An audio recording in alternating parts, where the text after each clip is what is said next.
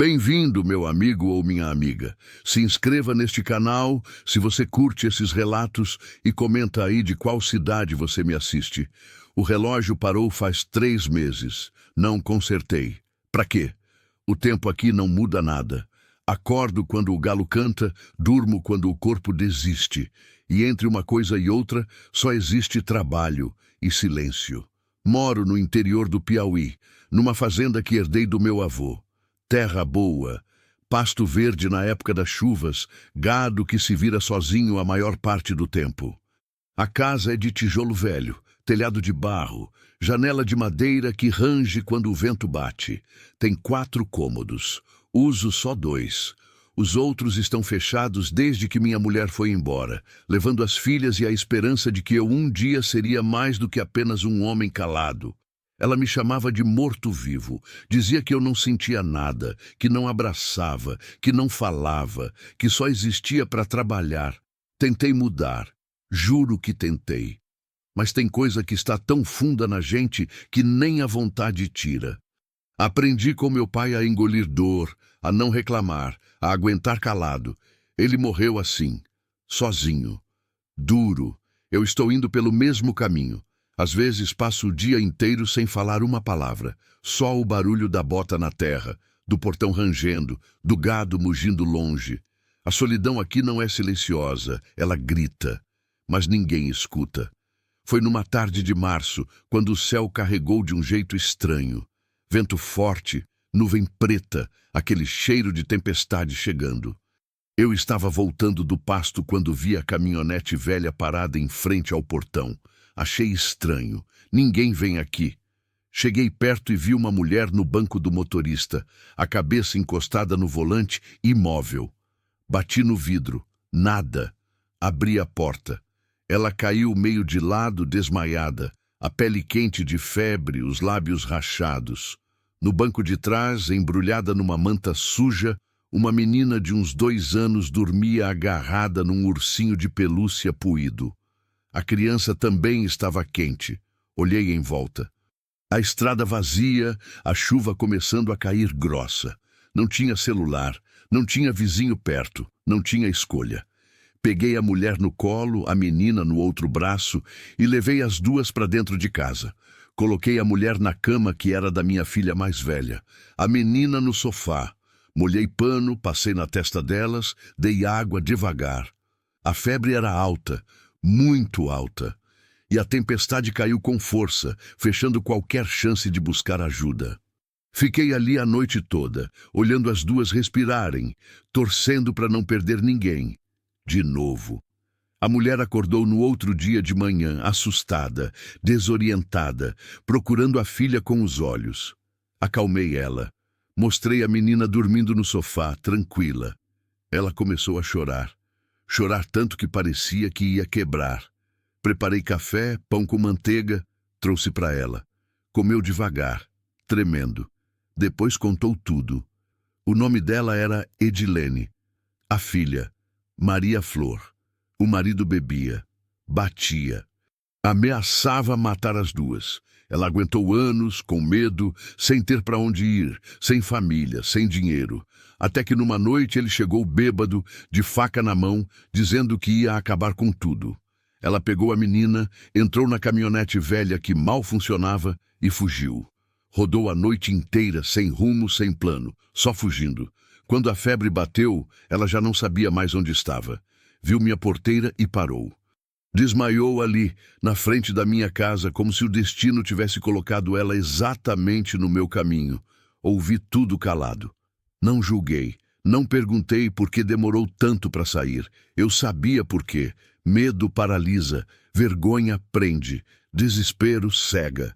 Olhei para Edilene e vi minha ex-mulher, vi minha filha, vi todas as vezes que não estive presente.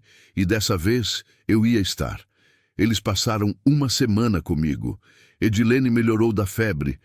Maria Flor começou a brincar no terreiro, a correr atrás das galinhas, a sorrir. A casa ganhou barulho, riso de criança, panela no fogo, conversa na mesa, coisas que eu tinha esquecido que existiam. Mas a paz durou pouco. Numa tarde, ouvi barulho de carro. Olhei pela janela e vi a caminhonete dele, o marido. Desceu xingando, berrando o nome de Edilene, chutando o portão. Ela congelou. Pegou Maria Flor no colo e se escondeu no quarto dos fundos. Saí para o terreiro. Ele estava bêbado, os olhos vermelhos de raiva e bebida. Cadê minha mulher? Eu não respondi. Você não sabe com quem está mexendo, velho? Continuei calado. Ele avançou. Eu não recuei. Segurei ele pelo braço, firme, olhei no fundo dos olhos dele e disse devagar: Você não encosta nelas, nunca mais. Ele me empurrou. Caí, levantei. Ele riu. Você acha que vai me impedir? Não eu, respondi. A polícia. Mostrei o celular velho que um vizinho me deu semanas atrás. Já tinha ligado. A viatura já vinha. Ele viu as luzes ao longe, cuspiu no chão e fugiu. Mas eu sabia. Aquilo não tinha acabado. Edilene conseguiu medida protetiva. O marido foi preso por ameaça e violência. Ela podia ter ido embora. Podia ter recomeçado longe. Mas ficou. Você salvou a gente, ela disse. Agora a gente quer ficar. Reformei a casinha dos fundos. Coloquei porta nova, janela que fecha, cama boa. Edilene arrumou trabalho numa escola do vilarejo. Maria Flor começou a me chamar de tio. Eu que passei anos sem sentir nada, comecei a sentir tudo. Medo de perder, vontade de proteger, alegria de não estar sozinho. Um dia, minha ex-mulher apareceu com as meninas. Queria que elas conhecessem o pai de novo. Quando viram Maria Flor brincando no terreiro, quando viram a casa cheia de vida, elas entenderam. Eu tinha mudado, não com palavras, com presença. Edilene preparou o almoço para todo mundo. A mesa ficou cheia. Barulho, conversa, risada. E no meio daquele caos bonito, olhei em volta e percebi. A vida não volta. Ela recomeça. Hoje acordo e a casa tem cheiro de café feito por outra pessoa. Tem brinquedo espalhado, tem som de gente vivendo. E eu aprendi que salvar alguém não é sobre ser herói. É sobre estar presente quando o destino coloca alguém no seu caminho. Porque, às vezes, a gente não escolhe quem salvar. A vida escolhe por nós. Tem manhãs que eu ainda acordo assustado. O corpo pula da cama antes da cabeça entender onde está. O coração dispara como se alguma coisa ruim estivesse acontecendo. E por alguns segundos eu me sinto de volta àquele homem de antes. O homem que vivia no silêncio, que não sentia nada, que só existia para trabalhar e esperar o tempo passar. Mas aí eu escuto o barulho da chaleira apitando na cozinha, o riso baixinho de Maria Flor brincando no quintal. A voz de Edilene cantarolando alguma música enquanto estende roupa no varal. E eu respiro fundo, levanto devagar, vou até a janela e olho lá fora. O sol está nascendo por trás do pasto, pintando o céu daquele laranja forte que só o interior do Piauí tem. A poeira da estrada ainda está assentada, quieta, esperando o primeiro carro do dia passar e levantar ela de novo. O gado está espalhado pelo campo, mastigando capim com aquela calma de quem não tem pressa nenhuma. As galinhas ciscam perto do terreiro. O vento balança as folhas do cajueiro velho que meu avô plantou quando era menino. Tudo igual e tudo diferente, porque agora tem vida aqui, tem gente, tem propósito. Faz 2 anos desde aquela tarde de março, quando encontrei Edilene desmaiada na caminhonete velha, com Maria Flor dormindo no banco de trás, as duas queimando de febre e fugindo do inferno que era a vida delas. 2 anos. Parece muito mais. Parece uma vida inteira, porque foi uma vida inteira que começou naquele dia. No começo, eu achei que elas iam ficar só uns dias, o tempo de melhorar, de se recuperar, de decidir para onde ir. Eu ia ajudar no que pudesse, dar comida, teto, sossego, e depois elas seguiriam o caminho delas. Era assim que eu pensava. Era assim que sempre foi comigo. Eu ajudava, mas não me envolvia, não me apegava, não deixava ninguém entrar de verdade. Mas Maria Flor não sabia disso. Ela era pequena demais para entender os muros que eu tinha construído ao redor do peito. Então ela simplesmente entrou, sem pedir licença, sem medo. Ela me chamava de tio desde o segundo dia. Segurava minha mão quando a gente ia até o curral ver os bezerros, pedia colo quando ficava com sono, ria quando eu fazia careta, me abraçava forte, daquele jeito que só criança pequena abraça, com o corpo inteiro, com verdade, sem fingimento. E cada abraço daquele ia quebrando um pedaço da armadura que eu carregava. Devagar, silencioso, mas quebrando. Edilene demorou mais para confiar. Ela era uma mulher marcada, não só pelos hematomas que ainda estavam roxos na pele quando chegou aqui, mas pelas marcas que não aparecem, as do medo, as da vergonha, as da culpa por ter demorado tanto para sair, por ter exposto a filha àquilo, por não ter sido forte o suficiente antes. Eu conhecia essas marcas. Eu carregava as minhas também. Então a gente se entendia sem precisar falar muito. Ela me ajudava na cozinha, lavava roupa, varria a casa, cuidava da horta que tinha virado mato. Aos poucos foi ocupando os espaços vazios daqui. E eu deixei, não porque precisava de ajuda, mas porque percebi que ela precisava se sentir útil. Precisava provar para ela mesma que ainda servia para alguma coisa, que não era só uma mulher quebrada que podia recomeçar. E ela recomeçou. Arrumou trabalho numa escola do vilarejo, cuidando da merenda das crianças. Acordava cedo, levava Maria Flor junto, voltava no fim da tarde cansada, mas sorrindo. Começou a guardar dinheiro. Disse que queria me pagar por tudo. Eu disse que não precisava. Ela insistiu. Eu recusei de novo. Até que um dia ela parou na minha frente, olhou no fundo dos meus olhos e disse: eu preciso disso.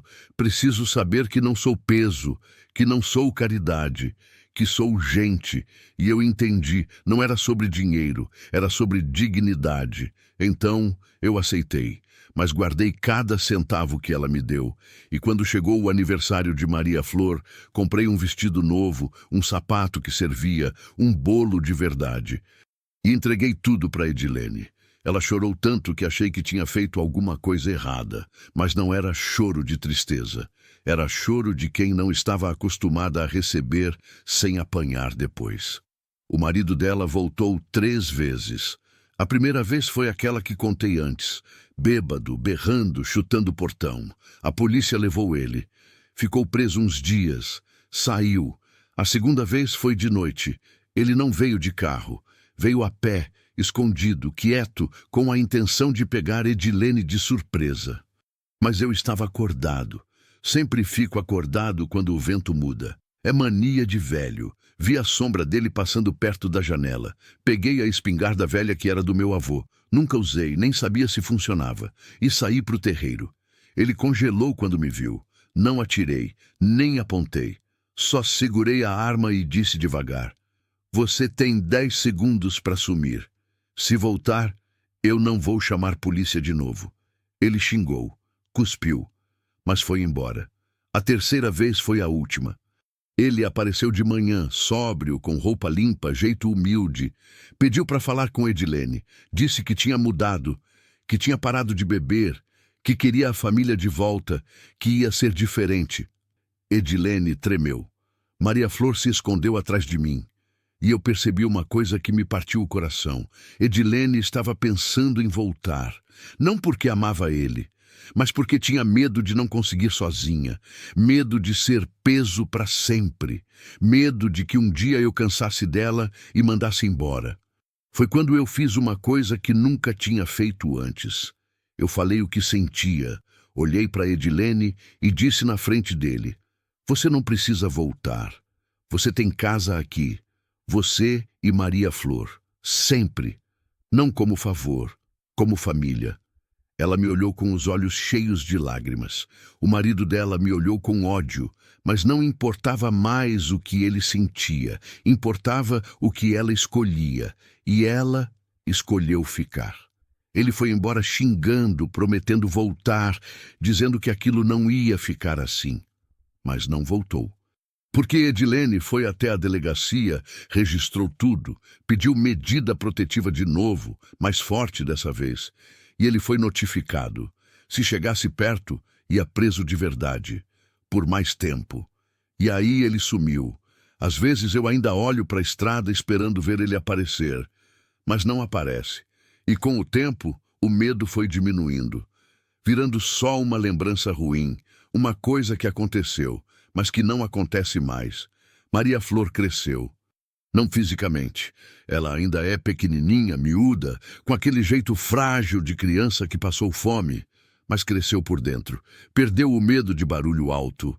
Parou de se esconder quando o homem desconhecido aparecia. Começou a falar mais, a perguntar mais, a confiar mais. Ela me chama de vô agora. Não sei quando começou. Um dia ela simplesmente falou assim e continuou falando. Edilene tentou corrigir. Eu pedi para não corrigir, porque eu gostei. Gostei demais. Nunca tive neto. Nem sei se vou ter um dia. Minhas filhas cresceram longe de mim, com raiva de mim, e agora estão refazendo a vida delas sem mim por perto. A gente se fala de vez em quando. Elas vêm me visitar 2, 3 vezes por ano. Estão tentando me perdoar pelo pai que eu não fui, e eu estou tentando ser o pai que ainda posso ser. Devagar, com paciência, com verdade. Mas Maria Flor não precisou me perdoar, porque ela não conheceu meus erros. Ela só conheceu quem eu me tornei. E talvez seja isso a maior graça da vida, a chance de recomeçar com quem não te conheceu antes. Edilene e eu nunca viramos um casal. Não do jeito que as pessoas do vilarejo imaginam. Tem gente que fala, tem gente que acha estranho, tem gente que olha torto, mas a gente não liga. A verdade é simples, a gente se respeita, se cuida, se apoia, divide a casa, divide as contas, divide a vida. Mas cada um tem seu quarto, cada um tem seu espaço, cada um tem sua história. Ela ainda tem medo de homem, de toque, de intimidade. E eu respeito isso, não pressiono, não cobro, não espero. Se um dia ela quiser, ela vai dizer. Se não quiser, tudo bem também. Porque o que a gente tem já é muito. É companhia, é cumplicidade, é família. E isso basta. A fazenda mudou. Não na estrutura. Continua sendo a mesma casa velha, o mesmo terreiro de chão batido, o mesmo curral de madeira. Mas mudou no espírito. Reformei a casinha dos fundos. Coloquei porta nova, telha nova, janela que fecha direito. Virou o quarto de Edilene e Maria Flor. Elas enfeitaram do jeito delas, cortina florida, tapete colorido, desenho de criança colado na parede. A cozinha agora tem cheiro de comida de verdade. Não aquela comida rápida que eu fazia só para encher barriga, mas comida feita com tempo, com tempero, com carinho. Edilene cozinha bem e Maria Flor ajuda do jeitinho dela, quebrando ovo, mexendo panela, lambendo colher. O quintal tem horta de novo. Alface, coentro, cebolinha, tomate. Edilene cuida todo dia. Rega, arranca mato, conversa com as plantas, diz que elas crescem melhor quando a gente fala com elas. Eu acho bobagem, mas não falo nada, porque a horta está bonita mesmo. Tem galinha nova, tem pato, tem até um cachorro vira-lata que apareceu aqui magro, machucado, quase morto. Edilene cuidou dele. Hoje ele é gordo, feliz, late para qualquer coisa. Maria Flor deu o nome, Trovão, porque ele tem medo de trovão de verdade e se esconde debaixo da cama quando tem tempestade. Tem vida aqui, e vida faz barulho. Minha ex-mulher vem me visitar mais agora, traz as meninas. Elas estão moças já, bonitas, inteligentes, com a vida delas, namorado, faculdade, planos. No começo era estranho. A gente não sabia o que falar. Ficava aquele silêncio desconfortável de quem dividiu uma vida inteira, mas virou estranho. Elas me olhavam com desconfiança, com mágoa. Com a pergunta que nunca faziam, mas que estava ali. Por que você conseguiu mudar para ela e não conseguiu para a gente? Não tenho resposta boa para isso. A verdade é que eu não mudei para Edilene. Eu mudei por mim, porque cheguei no fundo do poço. Porque vi que ou eu mudava, ou eu morria sozinho, duro, vazio, do mesmo jeito que meu pai morreu. E eu não queria isso. Não mais. Edilene apareceu no momento certo, mas podia ter sido qualquer pessoa. Podia ter sido minhas filhas, se eu tivesse acordado antes. Mas eu não acordei. E isso é culpa minha. Só minha. Expliquei isso para elas. Pedi desculpa. De verdade. Sem desculpa esfarrapada. Sem jogar culpa em ninguém. E elas choraram. Eu chorei também. E a gente começou a construir alguma coisa nova. Não dá para apagar o passado. Não dá para fingir que não doeu. Mas dá para tentar de novo. Diferente. Melhor. Hoje, quando elas vêm, a gente almoça junto. Conversa. Ri. Maria Flor brinca com elas. Trovão late. Edilene faz bolo. E por algumas horas, aquela casa velha parece uma casa de verdade, com família de verdade. Não é perfeito, mas é real. E real já é muito. Teve um dia que nunca vou esquecer. Foi num domingo. Edilene tinha ido para a cidade levar Maria Flor no médico. Consulta de rotina, nada grave. Eu fiquei sozinho em casa. E, de repente, olhei em volta e vi a mesa da cozinha com 3 cadeiras. Antes só tinha uma, o varal cheio de roupa. Antes ficava vazio. O quintal com brinquedo espalhado. Antes só tinha mato. A geladeira com comida de verdade. Antes só tinha ovo e pão velho. A casa com portas abertas. Antes tudo fechado. E eu sentei no degrau da varanda, olhei para o céu imenso do Piauí e chorei. Chorei de gratidão, porque eu podia ter fingido que não vi. Naquela tarde de março, quando encontrei Edilene desmaiada na caminhonete, eu podia ter passado direto. Podia ter pensado, não é problema meu. Eu já tenho os meus problemas. Não posso carregar os dos outros também. Mas eu parei, e aquela escolha mudou tudo, não só a vida dela, a minha também. Porque salvar alguém não é sobre ser herói, é sobre ser humano, é sobre olhar para o sofrimento do outro e não virar a cara, é sobre estender a mão, mesmo quando a gente também está caído, é sobre entender que ninguém se salva sozinho, que a vida é sobre conexão, sobre presença, sobre amor nas suas formas mais simples e verdadeiras. E às vezes a gente salva alguém e descobre que quem estava se afogando era a gente mesmo. Hoje de manhã, antes de começar a escrever isso, tomei café com Edilene e Maria Flor. Edilene fez tapioca com queijo. Maria Flor comeu lambuzada rindo. Trovão pediu um pedaço. O sol entrou pela janela iluminando tudo, e no meio daquele momento simples, comum, sem nada de especial, eu tive uma certeza. Esse é o paraíso. Não um lugar no céu. Não uma recompensa depois da morte. Mas isso aqui. Agora. Gente que se importa sentada na mesma mesa. Comida quentinha. Risada de criança. Cachorro feliz. Sol entrando pela janela. Felicidade não é ausência de dor. É presença de sentido. E a minha vida, que por tanto tempo não teve sentido nenhum, agora tem. Não sei quanto tempo ainda vou viver, já estou velho. O corpo dói mais, o joelho reclama, a vista está fraca, tem dia que o cansaço bate forte. Mas não tenho medo de morrer, porque sei que quando eu for, vou deixar alguma coisa para trás. Não dinheiro, não terra, não bens, mas amor. Edilene vai sentir falta, Maria Flor vai lembrar. Minhas filhas vão chorar, mas vão chorar em paz, porque a gente se acertou. Trovão vai me esperar na porta por uns dias, até entender que não volto mais. E talvez, num futuro distante, quando Maria Flor for adulta e tiver seus próprios problemas, suas próprias dores, ela vai lembrar do velho da fazenda que acolheu ela e a mãe quando ninguém mais quis. E talvez, se alguém aparecer na porta dela precisando de ajuda, ela também vai parar, também vai estender a mão, também vai salvar.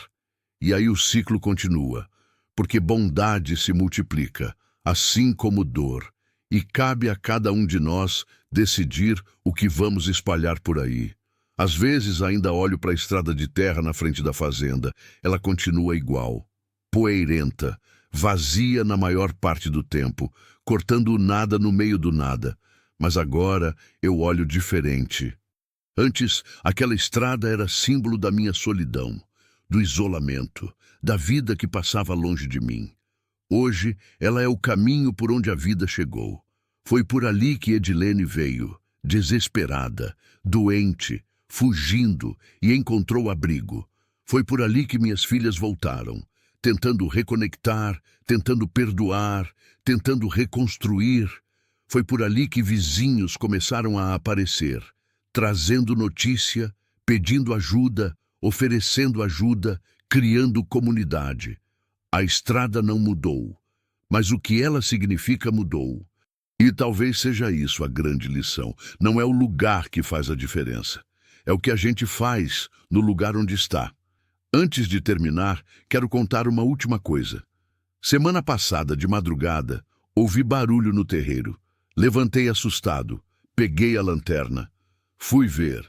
Era um homem, jovem, sujo, magro, machucado, sentado encostado no portão sem forças. Meu coração disparou e por um segundo pensei, de novo não, eu não aguento de novo, já dei demais, já cuidei demais, agora eu quero sossego.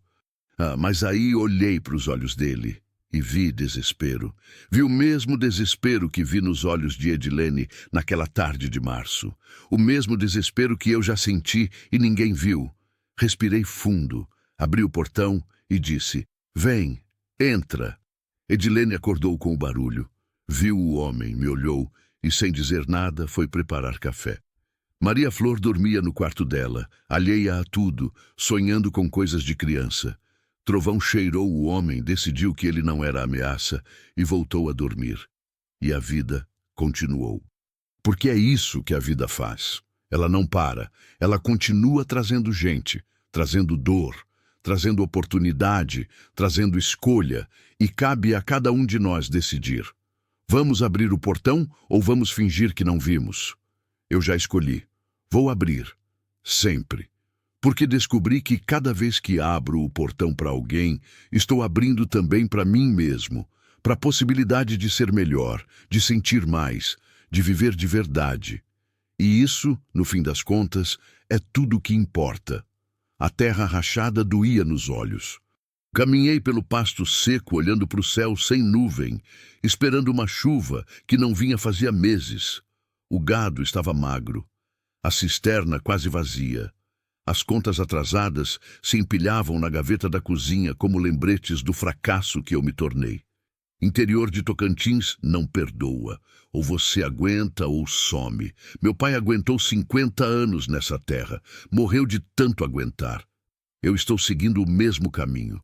Minha irmã ligou ontem querendo que eu vendesse tudo e fosse morar com ela na cidade. Disse que não faz sentido ficar aqui sozinho, velho, teimoso, esperando a morte chegar. Ela tem razão, mas orgulho não escuta a razão. Perdi minha esposa faz 10 anos. Câncer. Rápido. Cruel. Enterrei ela debaixo do ipê amarelo nos fundos da casa. Todos os dias vou lá, limpo as folhas secas do túmulo, falo com ela, conto das vacas, da seca, da solidão. Ela não responde, mas escuta. Eu sei que escuta. Não tenho mais ninguém. Só a terra. E a terra não abraça de volta. Foi de manhã cedo quando vi a fumaça. Preta, grossa, subindo violenta do outro lado do morro. Fogo. Peguei o jipe velho e fui ver. Quando cheguei, a casa do sitiante vizinho estava pegando. Tudo. Fogo alto comendo madeira, telha, vida. Gritei. Ninguém respondeu. Ia voltar quando ouvi choro de criança. Agudo, desesperado. Vinha de trás da casa. Corri e vi. Um menino, uns 7 anos, preso num galinheiro trancado por fora, espremido no canto, cobrindo a boca com a camisa por causa da fumaça. Os olhos dele me encontraram e gritaram sem som, "Me tira daqui!" Quebrei a trava na porrada, peguei ele no colo, corri. O telhado desabou atrás da gente. Caímos longe, tossindo, sujos de cinza. Ele tremia feito vara verde. Perguntei pelos pais. Ele apontou para a casa em chamas. Estavam lá dentro, brigando. Trancaram eu aqui e esqueceram. Meu peito apertou. Olhei para os bombeiros que tinham chegado. Eles já sabiam. Ninguém tinha saído vivo dali. O menino ficou órfão nos meus braços. E o destino de novo botou uma vida na minha mão. O nome dele era Gabriel, mas não falava quase nada, só olhava, com aqueles olhos fundos de quem viu demais. Assistente social apareceu. Disse que ia pro abrigo enquanto procuravam família. Família. Que família? Os pais morreram brigando e trancaram o menino para morrer também. Que tipo de gente faz isso? Pedi para ele ficar comigo enquanto resolviam as coisas. Uns dias, só até achar alguém. Eles concordaram. Gabriel dormiu no quarto que era da minha esposa. Não tocava em nada, não pedia nada, só existia. Quieto. Preparei comida. Ele comeu pouco. Dei banho. Ele deixou. Coloquei para dormir. Ele deitou virado para a parede. À noite acordei com barulho. Fui ver. Ele estava encolhido no chão, chorando baixinho, tentando não fazer barulho para não incomodar. Sentei do lado. Não falei nada. Só fiquei ali. Depois de um tempo, ele encostou a cabeça no meu ombro e chorou de verdade. Alto, desesperado, soluçando. E eu segurei ele, firme, porque ninguém devia chorar sozinho. Ninguém. Gabriel ficou. Uma semana virou duas. Duas viraram mês. Não acharam ninguém, nenhum parente, nenhum interessado. Ele era invisível para o mundo, menos para mim. Comecei a ensinar as coisas da fazenda. Mostrei como alimentar galinha, como tirar leite, como consertar cerca. Ele aprendia rápido. Trabalhava calado, mas aos poucos foi se soltando. Começou a perguntar, a sorrir de leve, a dormir sem gritar de madrugada. Até que uma noite veio tempestade, forte, barulho de trovão rachando o céu. Gabriel acordou apavorado, correu para o meu quarto, pulou na cama, agarrou em mim. Fogo! Ele repetia. Vai pegar fogo de novo. Acalmei ele. Expliquei que era só chuva. Chuva boa, a que a gente precisava. Abri a janela. Mostrei a água caindo, molhando a terra seca, enchendo a cisterna, salvando o pasto. Viu? Não é fogo, é vida. Ele olhou e pela primeira vez sorriu de verdade. Naquela noite, deitado com aquele menino agarrado em mim, eu percebi. Eu não estava salvando ele. Ele estava me salvando. Hoje, Gabriel tem 12 anos. Estuda na escola do vilarejo. Tira nota boa. Joga bola com os outros meninos. Tem amigo, tem vida. Legalizei a guarda. Ele me chama de pai. E eu me acostumei. Minha irmã veio visitar. Viu o menino, viu a casa diferente, viu eu diferente. Não falou mais em vender a fazenda. A chuva voltou. O pasto reviveu. O gado engordou. As contas foram pagas. A terra perdoou. Reformei o quarto dele. Pintei. Coloquei prateleira para os livros. Ele quer estudar veterinária, cuidar de bichos, salvar, assim como foi salvo. Todo domingo a gente vai no túmulo da minha esposa, limpa, leva flor. Gabriel conversa com ela, conta da escola, dos planos, agradece por ter me deixado aqui para encontrar ele. E eu choro, sempre choro, porque entendi algo profundo. A vida tira, mas também devolve. Nem sempre do mesmo jeito, nem sempre a mesma coisa, mas devolve. Gabriel não substituiu ninguém. Ele abriu espaço novo, espaço que eu nem sabia que existia. Hoje olho para o horizonte e não vejo mais só solidão. Vejo futuro, vejo propósito, vejo um menino que vai crescer sabendo que foi amado. E isso basta. É costume velho. Daqueles que o corpo não esquece mesmo quando a cabeça quer dormir mais um pouco. A cama range quando me levanto. O chão de tábua corrida está frio embaixo dos pés descalços. Vou até a janela e olho lá fora. O céu ainda tem aquele tom de azul escuro de madrugada, mas já dá para ver a linha alaranjada no horizonte, prometendo o dia que vem. O terreiro está quieto. As galinhas ainda dormem empoleiradas. O gado lá longe é só vulto no meio do pasto.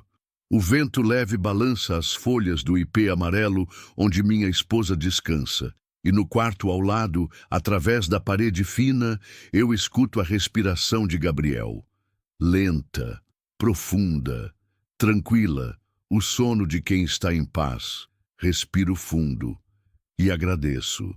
Agradeço por estar vivo, por estar aqui, por ter parado naquele dia quando vi a fumaça preta subindo, por ter corrido em direção ao perigo em vez de fugir dele, por ter aberto a porta da minha casa e do meu coração para um menino que a vida jogou nos meus braços, porque poderia ter sido diferente, poderia ter sido tão, mas tão diferente.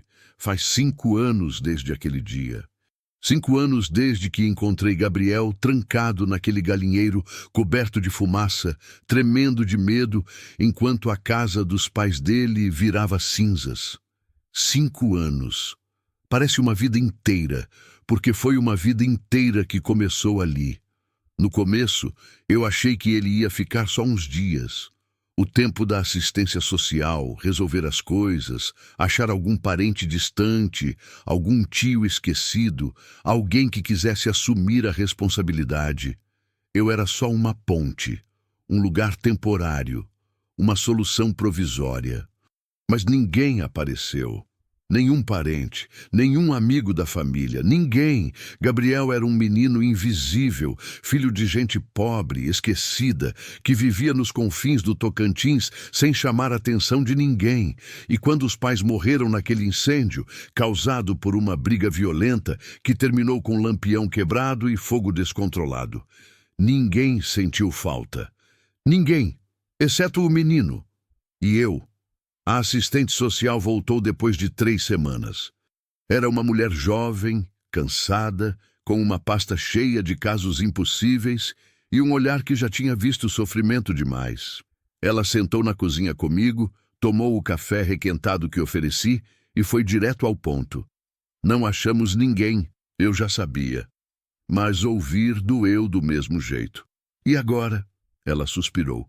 O abrigo estadual está lotado. A lista de espera tem mais de 200 crianças. Gabriel vai ter que esperar. Pode demorar meses, talvez 1 ano. 1 ano? Ou mais. Olhei pela janela. Gabriel estava no terreiro jogando bolinha de gude sozinho. Tinha emagrecido, tinha olheiras. Acordava todo dia de madrugada gritando, sonhando com fogo, mas tinha melhorado. Nos últimos dias tinha começado a falar mais, a comer melhor, a dormir sem tremer. E se ele ficar aqui? Perguntei. Ela me olhou surpresa. O senhor quer ficar com ele? Não sei se quero, sei que ele precisa. O senhor tem quantos anos? 67. Mora sozinho? Sim. Tem renda fixa? A aposentadoria. E a fazenda dá para sustentar 2. Ela anotou tudo num caderninho surrado. Vou ser honesta com o senhor. O sistema não funciona. A gente tem mais criança do que solução. Se o senhor estiver disposto a cuidar dele, enquanto a gente procura uma família adotiva, seria uma bênção. Família adotiva? Sim, ele ainda é novo, tem chance. Mas eu olhei para Gabriel lá fora e pensei, ele não precisa de chance. Ele precisa de casa. E assenti. Ele pode ficar. Os primeiros meses foram os mais difíceis. Não porque Gabriel desse trabalho. Ele era quieto, obediente, quase invisível. Comia pouco, falava menos ainda. Passava o dia inteiro atrás de mim como uma sombra pequena e silenciosa, com medo de que se me perdesse de vista, eu desapareceria também. O difícil era lidar com o trauma. Toda noite ele acordava gritando. Sonhava com fogo, com fumaça, com a porta trancada, com a mãe berrando com o pai, com o cheiro de queimado, com a solidão daquele galinheiro escuro. Eu ia até o quarto dele. Sentava na beirada da cama, segurava a mão dele até a respiração acalmar. Já passou, eu dizia. Você está seguro. Está aqui comigo. E ele agarrava minha mão com força, como quem se agarra numa tábua no meio do oceano. Teve noite que eu dormi no chão do quarto dele. Teve noite que ele veio para o meu quarto e dormiu agarrado em mim. Teve noite que nenhum dos dois dormiu. E a gente ficou sentado na varanda olhando as estrelas até o sol nascer. Eu não sabia o que fazer. Nunca tive filho. Nunca criei ninguém. Minha esposa e eu tentamos, mas não veio, e com o tempo a gente se acostumou com a ideia de que seria só nós dois, até que o câncer levou ela, e sobrou só eu. Mas agora tinha Gabriel, e eu não podia falhar com ele. Então, fiz o que sabia fazer. Trabalhei na casa, consertei o telhado que tinha goteira, pintei as paredes descascadas, arrumei a cerca do terreiro, limpei o quarto que estava fechado fazia anos e transformei num lugar para ele. Coloquei cama nova, lençol limpo, uma prateleira pequena que fiz com tábua velha, e Gabriel começou a ocupar aquele espaço, devagar, com cuidado, como quem tem medo de que tudo desapareça de repente. Ele colocou uma pedra bonita que achou no pasto na prateleira. Depois, um desenho que fez na escola. Depois, uma foto minha que tirei sem querer e que ele pediu para eu imprimir. E aos poucos aquele quarto deixou de ser um quarto vazio e virou o quarto dele. A escola foi outro desafio. Gabriel tinha perdido 2 anos de aula. Os pais não ligavam para estudo. Ele mal sabia ler. Escrever então, nem pensar. Matemática era um mistério completo. A diretora me chamou depois da primeira semana. Ele não acompanha a turma. Eu sei. Vai precisar de reforço, aula particular. Tempo, paciência. Ele vai ter. E eu cumpri. Todo dia, depois do jantar, sentava com Gabriel na mesa da cozinha. Abria o caderno, pegava o lápis e ensinava. Letra por letra, palavra por palavra. Número por número. No começo era frustrante. Para ele e para mim. Ele não entendia. Eu não sabia explicar. A gente ficava ali, os dois travados, sem conseguir avançar. Mas eu não desisti. E ele também não. Porque no fundo aquelas aulas não eram só sobre português ou matemática. Eram sobre outra coisa, sobre confiança, sobre pertencimento, sobre a mensagem silenciosa que eu estava passando para ele toda noite. Você importa. Você merece esforço. Você vale o meu tempo. E aos poucos, Gabriel começou a entender isso. Não com a cabeça, com o coração. Teve um dia que mudou tudo. Foi uns 6 meses depois que ele chegou. A gente estava consertando a cerca do pasto. Trabalho pesado, sol quente, suor escorrendo. Gabriel segurava o arame enquanto eu martelava. A gente trabalhava em silêncio, cada um no seu pensamento, até que ele falou: "Por que você me pegou?" Parei de martelar. Olhei para ele. "Como assim?" "Naquele dia, do fogo. Por que você veio me pegar? Porque você estava em perigo, mas você não me conhecia. Não precisava conhecer. Então por quê?" Larguei o martelo. Me sentei na sombra. Ele sentou do meu lado. "Porque era o certo a fazer", respondi. "Porque eu não conseguiria viver em paz, sabendo que tinha alguém precisando de ajuda e eu fingi que não vi." Ele ficou quieto por um tempo. Depois perguntou: "Você se arrepende?" "De quê?" "De ter me pegado, de ter me trazido para cá, de ter que cuidar de mim." Meu peito apertou. "Nunca", respondi olhando no fundo dos olhos dele. "Nem por um segundo. Mesmo eu dando trabalho?" "Você não dá trabalho, você dá sentido." Ele não entendeu. Criança não entende essas coisas, mas um dia ia entender. "Eu posso ficar?" Ele perguntou baixinho. "Para sempre?" E ali, sentado naquela cerca, debaixo do sol do Tocantins, eu percebi. Ele não era mais temporário. Ele era meu filho. "Pode", respondi. "Se você quiser, pode ficar para sempre." Ele me abraçou. E a gente ficou ali, 2 calejados pelo sol e pela vida, segurando um no outro como quem finalmente achou casa. Legalizar a guarda foi um processo longo e burocrático. Papel, documento, entrevista, visita da assistente social, análise de renda, laudo psicológico, audiência com juiz. Teve momento que achei que não ia dar certo, que iam achar que eu era velho demais, pobre demais, solitário demais. Mas Gabriel falou na audiência. O juiz perguntou se ele queria ficar comigo. Ele olhou para mim, olhou para o juiz e respondeu com voz firme: "Quero. Ele é meu pai. E o juiz, um homem sério, de cabelo branco, olhou para mim por cima dos óculos e disse: "O senhor tem noção da responsabilidade que está assumindo?" "Tenho." "O senhor já tem idade, saúde fragilizada, vida simples. Tem certeza que consegue dar conta?" "Tenho." "Por quê?" "Porque ele precisa de mim, e eu preciso dele." O juiz ficou me olhando por um tempo longo. Depois, assinou os papéis. Guarda concedida. Saímos do fórum de mãos dadas. Gabriel era oficialmente meu filho, e eu era oficialmente pai, pela primeira vez na vida, aos 67 anos. A vida mudou completamente depois disso. Não só a rotina, mas o espírito da casa. Antes, acordar era um peso.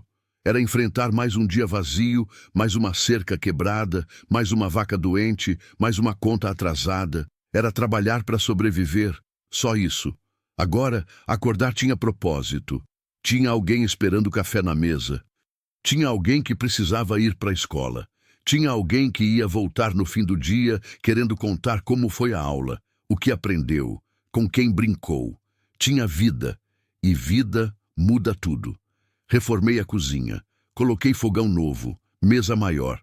Comprei louça de verdade, não aqueles pratos velhos e lascados que eu usava, porque agora tinha alguém sentado do outro lado. E esse alguém merecia coisa boa. Reformei o banheiro, troquei o chuveiro quebrado, consertei a descarga, coloquei azulejo, porque Gabriel merecia tomar banho num lugar digno. Reformei a sala, comprei uma TV pequena, um sofá de segunda mão que achei na cidade, porque a gente precisava de um lugar para sentar junto e assistir alguma coisa no fim do dia. A casa foi deixando de ser um lugar onde eu dormia e virou um lar. E Gabriel foi crescendo.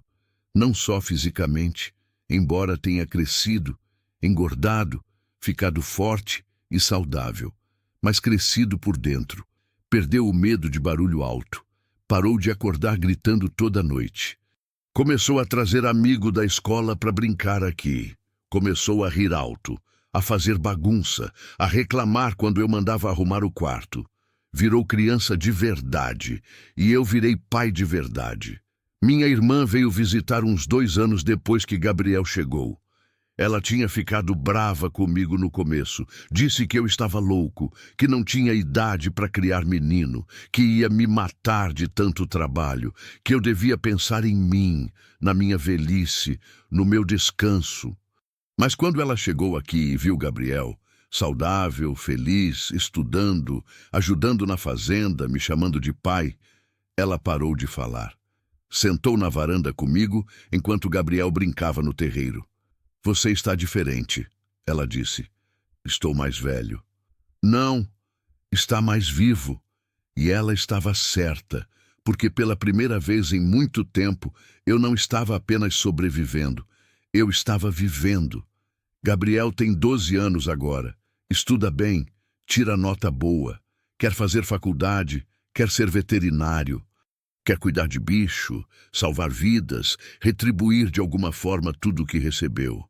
Eu não sei se vou estar vivo para ver ele formado. A idade pesa, o corpo dói. Tem dia que acordo cansado, tem dia que o joelho não dobra direito, tem dia que a vista embaralha. Mas não tenho medo de morrer, porque sei que deixei algo para trás. Não dinheiro, não terra, não bens, mas amor. Gabriel vai sentir minha falta, vai chorar, vai sofrer, mas vai seguir. Porque dei para ele a coisa mais importante que alguém pode dar, a certeza de que foi amado, de que importou, de que sua vida teve valor. E isso ninguém tira. Hoje de manhã, antes de escrever isso, sentei com Gabriel para tomar café. Ele comeu pão com manteiga, tomou leite, contou que tem prova de matemática na sexta. "Você estudou?" perguntei. "Estudei. Quer que eu ajude?" "Não precisa." "Eu sei." E eu sorri. Porque lembrei daquele menino que mal sabia segurar lápis. Daquele menino que tremia toda noite.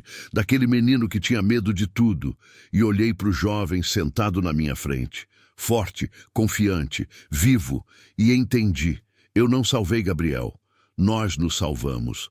Porque salvar alguém não é sobre carregar, é sobre caminhar junto, é sobre dividir o peso, é sobre construir algo novo a partir das ruínas. Às vezes, ainda penso naquele dia, o dia do incêndio, o dia que mudou tudo. E me pergunto, e se eu não tivesse ido? E se tivesse visto a fumaça e pensado, não é comigo? E se tivesse deixado alguém resolver? E se tivesse fingido que não vi? Gabriel teria morrido, sozinho, trancado, esquecido, e eu teria continuado minha vida. Velho, sozinho, vazio, esperando a morte chegar sem deixar nada para trás. Mas eu fui, e aquela escolha mudou dois destinos, o dele e o meu. Agora, enquanto escrevo isso, olho pela janela e vejo Gabriel no terreiro. Ele está ajudando a consertar o galinheiro, martelando prego, concentrado, sério, igual eu, e meu peito enche de orgulho. Não porque ele é perfeito, ele não é. Ele é teimoso, esquece de fazer tarefa, deixa quarto bagunçado, reclama quando tem que acordar cedo, mas porque ele está aqui, vivo, seguro, amado, e isso, no fim das contas, é tudo que importa. Antes de terminar, quero deixar algo registrado, algo que aprendi nesses 5 anos, algo que talvez sirva para alguém que esteja lendo isso no futuro, sentindo que a vida não faz mais sentido, que está sozinho, que não tem mais nada para dar. Aprendi que nunca é tarde para recomeçar, para abrir a porta, para estender a mão, para amar. Eu tinha 67 anos quando Gabriel chegou, 67. A maioria das pessoas nessa idade está pensando em aposentadoria, em descanso, em viver os últimos anos em paz. Mas eu escolhi diferente, escolhi começar de novo. Escolhi ser pai pela primeira vez. Escolhi carregar responsabilidade quando podia ter escolhido sossego. E foi a melhor escolha que fiz na vida. Porque descobri que propósito não tem idade. Amor não tem prazo de validade. E enquanto a gente estiver vivo, ainda dá tempo de fazer diferença. Ontem Gabriel veio falar comigo antes de dormir. Sentou na beirada da minha cama com aquele jeito meio sem jeito, de quem quer dizer algo importante, mas não sabe como. Pai? Oi. Você acha que meus pais estão no céu? Meu peito apertou. A gente nunca tinha falado sobre isso. Não diretamente. Gabriel evitava o assunto. E eu respeitava. Acho que sim, respondi. Você acha que eles estão com raiva de mim? Por quê? Porque eu tô feliz aqui. Porque eu te chamo de pai. Porque, às vezes, eu esqueço deles. Sentei na cama. Puxei ele para perto. Olha para mim, pedi. Ele olhou. Seus pais fizeram coisas erradas, coisas que machucaram você. Mas tenho certeza que lá no fundo eles te amavam, do jeito torto deles, do jeito que sabiam. E se eles estão no céu, tenho certeza que estão em paz, vendo você feliz, seguro, crescendo bem. Você acha? Tenho certeza. Ele ficou quieto por um tempo. Depois perguntou: E sua esposa? Você acha que ela está com raiva de você por ter me pegado? Olhei pela janela, pro ipê amarelo, pro túmulo dela. Não, respondi. Acho que ela está orgulhosa. Como você sabe? Porque ela era boa. E gente boa quer que a gente seja feliz. E você me faz feliz. Ele me abraçou e ficamos assim por um tempo, pai e filho, construídos não pelo sangue, mas pela escolha, pelo amor, pela vida que decidiu nos juntar. A porteira estava torta de novo.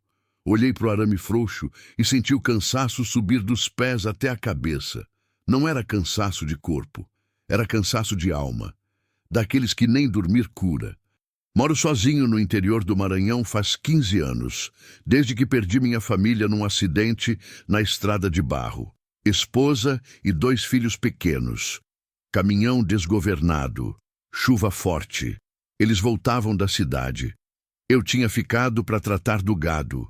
Recebi a notícia pelo vizinho. Cheguei no hospital e já tinham partido. Os 3, de uma vez. Me deram os pertences numa sacola plástica, relógio da minha esposa, mochila do menino, boneca da menina. Guardei tudo numa caixa e tranquei num quarto. Nunca mais abri. Não consegui, vendi quase tudo. Fiquei só com a casa velha e um pedaço de terra. O suficiente para plantar, criar algumas galinhas, sobreviver. Não viver, sobreviver. Porque viver eu esqueci como faz. Acordo, trabalho, como, durmo. E recomeço. Sem sentir nada, sem querer nada. Apenas existindo como poste fincado na beira da estrada, vendo os dias passarem sem participar deles. Era tarde de domingo quando ouvi o barulho. Estrondo seco, metal amassando, vidro quebrando. Corri para a estrada. A uns 50 metros da porteira, um carro velho tinha capotado na curva. Fumaça saindo do capô, roda ainda girando no ar. Cheguei perto. Dentro, uma mulher jovem, talvez uns 30 anos, presa pelo cinto, sangrando da testa, os olhos fechados. No banco de trás, 2 gêmeos, menino e menina, uns 4 anos, chorando desesperados, assustados, chamando a mãe. Tentei abrir a porta, travada. Quebrei o vidro na pedrada. Tirei as crianças primeiro, depois a mulher. Ela era leve demais, magra demais, pele e osso. Deitei ela na sombra. Os gêmeos se jogaram em cima dela chorando. Mamãe acorda, mamãe acorda. Peguei água. Molhei o rosto dela. Limpei o sangue. Ela abriu os olhos devagar. Olhou para mim sem entender onde estava. Olhou para os filhos. E desmaiou de novo. Não tinha celular. Não tinha vizinho perto. Carreguei os 3 para dentro de casa. A mulher na cama. As crianças no sofá. E fiquei ali, olhando aquelas 3 vidas jogadas no meu colo, pensando: de novo não, Deus. Eu não aguento de novo. Ela acordou de madrugada, assustada, procurando os filhos. Acalmei ela. Mostrei os gêmeos dormindo abraçados no sofá. Ela começou a chorar, baixinho, cansada, derrotada. Preparei chá, sentei do lado, esperei, até que ela contou. O nome dela era Joana. Os gêmeos, Miguel e Maria. O marido tinha morrido fazia 6 meses, atropelado. Ela ficou sozinha, sem família, sem dinheiro, com 2 crianças pequenas para criar. Tentou trabalhar, tentou segurar, mas não deu. Perdeu o emprego, perdeu a casa, perdeu tudo. Pegou o carro velho que era do marido e saiu dirigindo sem rumo, sem destino, só fugindo da miséria. Rodou dias, dormiu no carro, deu o pouco que tinha de comida para os filhos. Ela mesma não comia, até que o corpo desistiu, desmaiou dirigindo e capotou bem na frente da minha casa. Eu ia morrer, ela disse. Ia levar eles junto, porque não tinha mais força. Olhei para ela, para os gêmeos, para minha casa vazia e falei sem pensar: fica. Ela me olhou como se tivesse ouvido errado. Fica aqui uns dias até melhorar, até decidir o que fazer. E ela aceitou, porque gente desesperada aceita qualquer tábua no meio do naufrágio. Os gêmeos tinham a mesma idade que meus filhos teriam se tivessem sobrevivido. Miguel era agitado, curioso, bagunceiro, igual meu menino era. Maria era quieta, carinhosa, grudenta, igual minha menina era. Ver os 2 brincando no terreiro, correndo atrás das galinhas, rindo alto, me partia e me curava ao mesmo tempo. Joana melhorou. O corte da testa cicatrizou. O corpo ganhou peso. O olhar perdeu aquele desespero. Ela ajudava na casa, cozinhava, limpava, cuidava da horta, e aos poucos aquela casa morta foi ressuscitando. Teve uma noite que não consegui dormir. Levantei. Fui até o quarto trancado, abri a caixa, peguei a boneca da minha filha, a mochila do meu filho, e chorei. Chorei tudo que tinha segurado por 15 anos, até não ter mais lágrima. De manhã, dei a boneca para Maria, a mochila para o Miguel. Joana olhou para mim assustada. Eram dos meus filhos, expliquei. Eles iam querer que alguém usasse, que alguém vivesse. Maria abraçou a boneca. Miguel colocou a mochila. E naquele momento, Algo dentro de mim que estava morto começou a respirar de novo. Joana ficou, não por uns dias, mas para sempre. Ela arrumou trabalho numa padaria do vilarejo, acordava cedo, levava os gêmeos para a escola, voltava à tarde, a gente jantava junto, conversava, ria, vivia. Miguel me chamava de tio, Maria me chamava de vô, Joana me chamava pelo nome, mas o jeito que ela olhava, com gratidão, com respeito, com carinho, dizia mais que qualquer palavra. Reformei a casa dos fundos. Ficou bonita. Quarto para as crianças, quarto para Joana, sala pequena, cozinha. Viraram meus vizinhos, minha família, minha razão de acordar.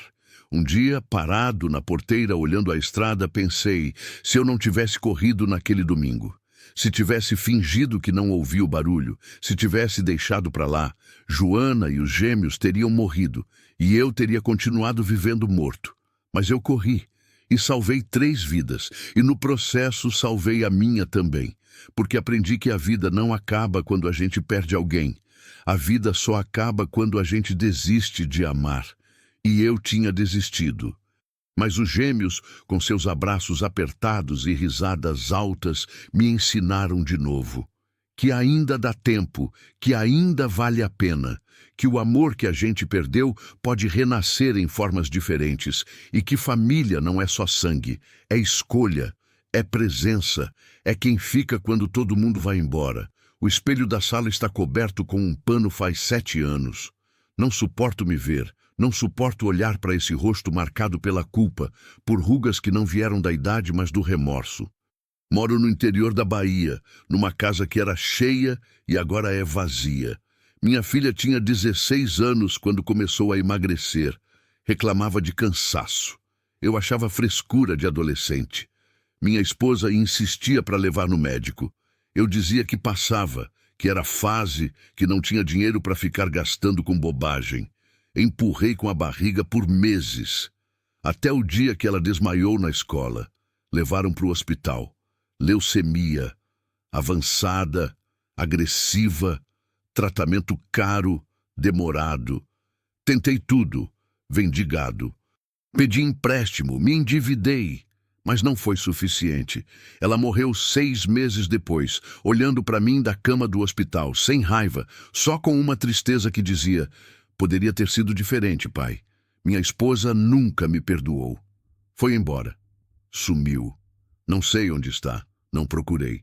Porque sei que não mereço perdão. Vivo sozinho desde então. Trabalho pouco. Como menos ainda. Apenas existo, esperando o dia que vou pagar pelo que fiz. Ou melhor, pelo que não fiz. Era noite de tempestade quando ouvi o choro. Fraco, quase sumindo no barulho da chuva batendo no telhado. Pensei que era gato, mas insistia. Peguei a lanterna, saí para o alpendre. O choro vinha da estrada, desci até o portão enlameado. E vi uma menina, talvez uns 12 anos, sentada debaixo da chuva, encharcada, tremendo, abraçada nas próprias pernas. Sozinha. Cheguei perto. Ela levantou o rosto, olhos inchados, lábio cortado, roxo no braço. Marcas de violência que não precisavam de explicação. Quem fez isso com você? Ela não respondeu, só chorou mais forte. Olhei para os lados, estrada vazia, nenhum carro, nenhuma casa por perto. Só eu e ela. Ofereci a mão. Ela recuou, com medo. Não vou te machucar, garanti. Ela olhou para mim por um tempo longo, procurando verdade nos meus olhos, até que aceitou a mão. Levei ela para dentro, dei toalha, roupa seca, comida quente. Ela comeu devagar, dolorida, machucada. Depois dormiu no sofá. E eu fiquei a noite inteira acordado, olhando aquela menina e pensando: Deus está me dando uma segunda chance, e dessa vez eu não posso falhar. Ela acordou assustada de manhã, pulou do sofá, olhou em volta procurando saída. Calma, pedi. Você está segura aqui? Ela não acreditou. Levou dias para acreditar. Aos poucos foi contando. O nome dela era Lúcia. A mãe tinha morrido no parto. O pai bebia, batia. Quando ficava bêbado, batia mais. Professora da escola percebeu. Chamou o conselho tutelar. Tiraram ela de casa, colocaram num abrigo, mas o abrigo era pior. Superlotado, violento, sem comida suficiente, sem roupa limpa, sem ninguém que se importasse. Então ela fugiu. Andou dias, dormiu debaixo de ponte, comeu lixo, até chegar aqui, na minha porta, como se o destino tivesse colocado ela exatamente no caminho de um homem que perdeu a filha por negligência. Olhei para Lúcia e vi minha filha, a mesma idade, o mesmo jeito de falar baixo, o mesmo medo nos olhos. Só que dessa vez eu podia fazer diferente. Dessa vez eu podia salvar. Levei ela no médico, tratei os machucados, comprei roupa, matriculei na escola, dei quarto, dei comida, dei atenção. Tudo que não dei para minha própria filha, eu estava dando para ela. Não por bondade, por culpa, por desespero, por uma última chance de provar que não sou o monstro que me tornei. Lúcia estava ficando bem, ganhando peso, sorrindo, estudando. Até que uma tarde o pai dela apareceu, bêbado, violento, berrando que ia levar a filha de volta. Ela é minha, você não tem direito. Lúcia se escondeu dentro de casa, tremendo, chorando, implorando para eu não deixar ele levar. Saí para o terreiro, olhei nos olhos daquele homem e vi tudo o que eu fui, negligente, egoísta, cego. Você não encosta nela, falei firme. Ele riu. Quem vai me impedir? Você? Avançou. Eu não recuei. Segurei ele pelo braço, firme. Olhei fundo e disse: eu já perdi uma filha por ser covarde. Não vou perder outra. Ele me empurrou. Caí, mas levantei. Você pode me bater, me matar, mas não leva ela. Vizinho tinha ouvido o barulho. Chamou polícia. Ele foi embora xingando, mas voltou de madrugada. Dessa vez quieto, perigoso. Entrou pela janela dos fundos. Tentou pegar Lúcia dormindo, ela acordou gritando. Corri, enfrentei ele, apanhei, sangrei, mas não deixei ele levar. Polícia chegou, prendeu ele, medida protetiva. Mas eu sabia, ele ia voltar. Sempre voltam. Então tomei a decisão mais difícil da minha vida. Fui atrás da minha ex-esposa. Encontrei ela depois de anos. Mostrei Lúcia. Contei tudo e pedi: me ajuda a salvar ela. Me ajuda a fazer certo dessa vez. Ela olhou para mim com raiva, com mágoa, mas também com piedade. E concordou. Juntos conseguimos a guarda definitiva de Lúcia. O pai perdeu o poder. A menina estava segura. E eu, pela primeira vez em 7 anos, consegui respirar. Lúcia está com 15 anos hoje. Estuda, tem amigos. Sonha em ser enfermeira. Quer cuidar de gente, salvar vidas. Minha ex-esposa voltou, não como mulher, como parceira na criação. A gente divide responsabilidades, divide Lúcia, e aos poucos está dividindo o perdão também. Ela nunca vai esquecer, nunca vai apagar a dor, mas está tentando reconstruir, por Lúcia, e talvez um pouquinho por nós. Hoje tirei o pano do espelho, olhei meu rosto, vi as rugas, as marcas, o peso, mas também vi outra coisa, um homem que errou, que pagou caro, mas que não desistiu de tentar consertar. Lúcia me chama de pai. Eu choro toda vez que escuto, porque não mereço, mas ela insiste. Você me salvou, ela diz. Não, respondo sempre. Você me salvou, porque era verdade. Ela me deu propósito quando eu não tinha mais nenhum. Me deu razão para acordar quando eu só queria dormir para sempre.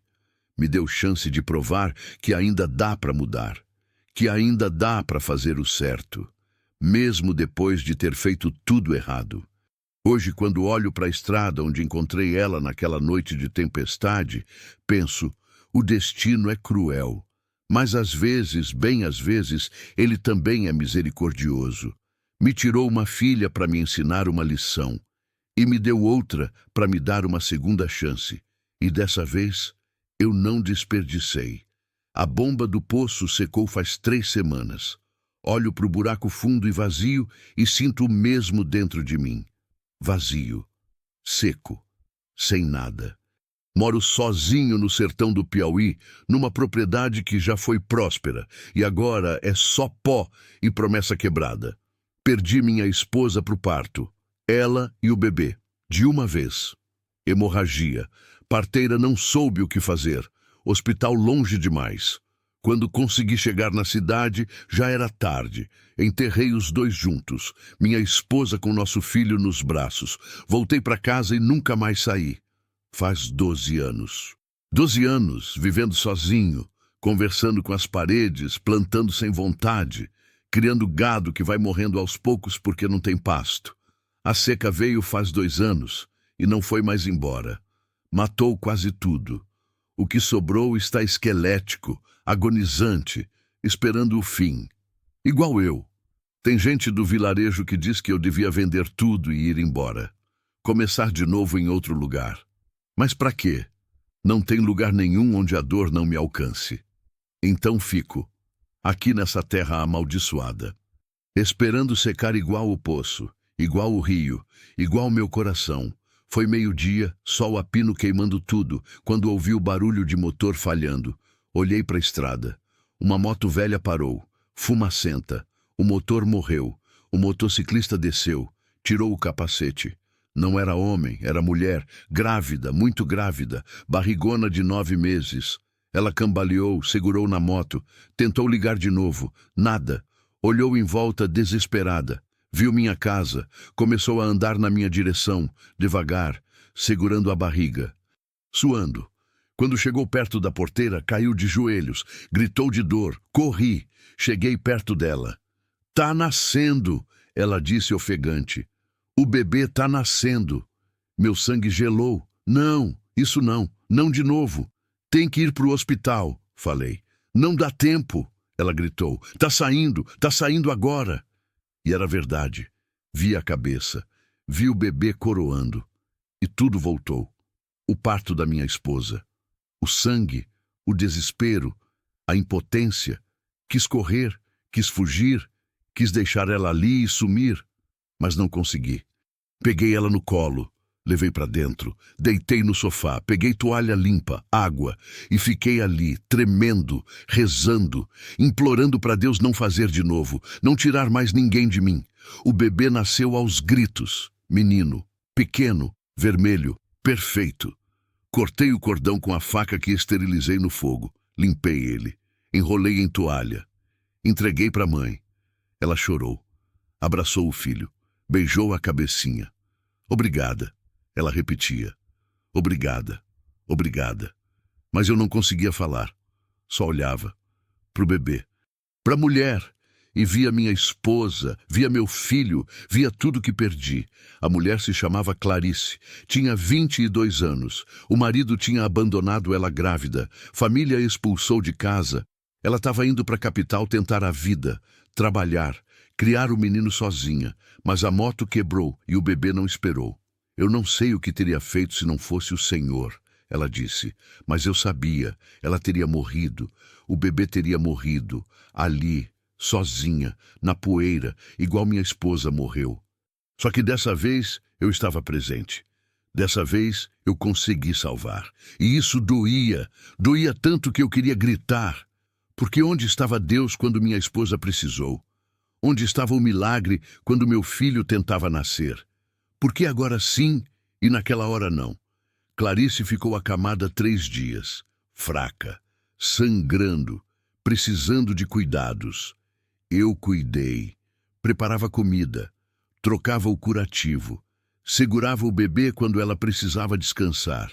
E cada vez que segurava aquele menino nos braços, eu chorava. Chorava pela primeira vez em 12 anos.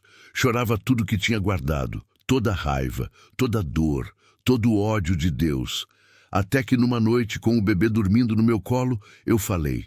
Falei com Deus, gritei, xinguei. Perguntei por quê. Por que levou minha família? Por que me deixou vivo para sofrer? Por que me fez assistir outro parto sabendo o que eu tinha perdido? E no silêncio daquela noite, olhando para o bebê respirar tranquilo, eu entendi. Deus não tinha me castigado, tinha me preparado. Porque se eu não tivesse passado pelo que passei, eu não saberia o que fazer quando Clarice apareceu. Eu teria entrado em pânico, teria errado, e ela teria morrido. Mas eu sabia exatamente o que fazer, porque já tinha estado ali antes, e dessa vez consegui salvar. Minha esposa morreu, meu filho morreu, mas o filho de Clarice viveu, e talvez, só talvez, essa fosse a razão de tudo. Clarice não foi embora. Ficou. Reformei a casa dos fundos. Ela mora lá com o menino. Trabalha comigo na fazenda, cuida da horta, das galinhas. E aos poucos a vida voltou. Não a vida que eu tinha, mas uma vida nova, diferente. A chuva voltou também. Depois de 2 anos de seca, choveu, forte, dias seguidos. O poço encheu, o pasto reviveu, o gado engordou, a terra renasceu, igual eu. Clarice me chama pelo nome. O bebê, que se chama Miguel, me olha e sorri. Ela diz que um dia vai contar para ele que ele nasceu nas mãos de um homem que tinha perdido tudo, mas que não perdeu a humanidade. Hoje, quando olho para a estrada onde Clarice caiu 12 anos depois de perder minha família, eu entendo. Deus não esqueceu de mim. Só estava esperando o momento certo. O momento em que eu estaria pronto para salvar em vez de ser salvo. Pronto para dar vida em vez de lamentar a morte. Miguel não é meu filho. Clarice não é minha esposa, mas são minha família. A família que a vida me deu quando eu achei que não merecia mais nada. E aprendi que milagre não é Deus mudar o passado. É Deus usar o passado para mudar o futuro. O meu passado me preparou. E o futuro de Miguel me curou. E hoje eu respiro. Eu vivo. Eu acredito. De novo.